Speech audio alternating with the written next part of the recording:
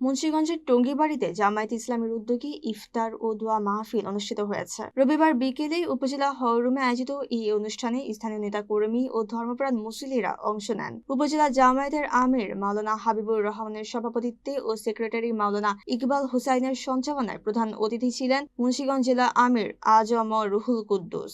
বিশেষ অতিথি হিসেবে নায়েবে আমির নুরুল হক পাটোয়ারি ও শুরা সদস্য মাওলানা AKM ইউসুফ উপস্থিত ছিলেন। বক্তারা রমজানের শিক্ষা নিয়ে সমাজের ন্যায় ও মানবিক মূল্যবোধ প্রতিষ্ঠার আহ্বান জানান। ইফতারের আগে দেশ, জাতি ও মুসলিম উম্মার শান্তি কামনায় বিশেষ মোনাজাত করা হয়। জামাতে ইসলামী বাংলাদেশ পাখিরা নতুন গান গাইবে থাকবে না।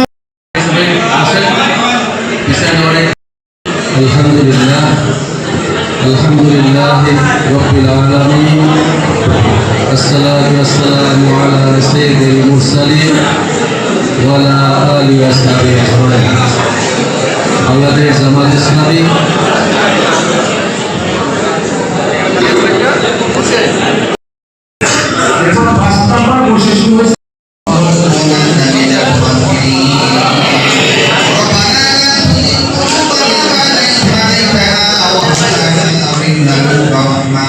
إنك